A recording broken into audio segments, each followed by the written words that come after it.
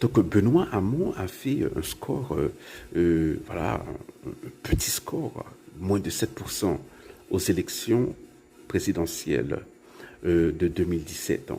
Donc je crois, à l'époque, ce fut le plus petit score jamais réalisé par un candidat du Parti socialiste. Donc c'était une honte. Hein, voilà.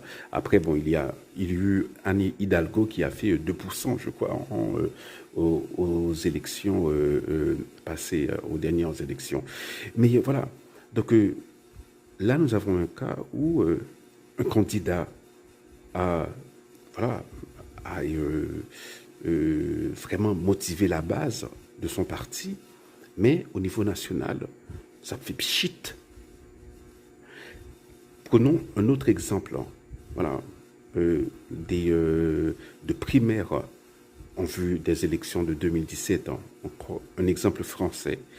Le choix de François Fillon lors des primaires. Alors, le grand favori pour être gagnant des primaires, c'était Alain Juppé, hein. Voilà. Et on donnait Fillon, au début des primaires, on disait que Fillon était troisième, voilà. Bon, mais tout le monde pensait que Juppé allait gagner. Voilà, tous les sondages donnaient Juppé gagnant. Donc, mais après quelques débats, on a commencé à avoir des doutes, etc. Donc Fillon, la base a choisi Fillon, voilà. Donc c'est Fillon en fait qui l'a remporté, qui a remporté les primaires des Républicains, de la droite française, en vue des élections de 2017. Mais Fillon, en dépit voilà, des affaires qui sont venues entacher sa candidature, Fillon a fait près de 20%. Voilà. Fillon a fait à peu près le même score que Jean-Luc Mélenchon et Marine Le Pen a fait seulement 2 points de plus. Donc voilà.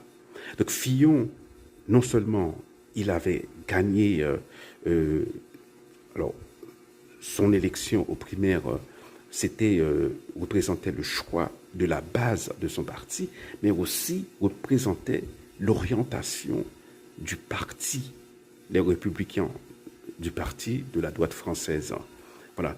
Alors que, contrairement à Fillon, la victoire de Benoît Hamon représentait, voilà, seulement la base du Parti socialiste et non l'orientation générale des socialistes.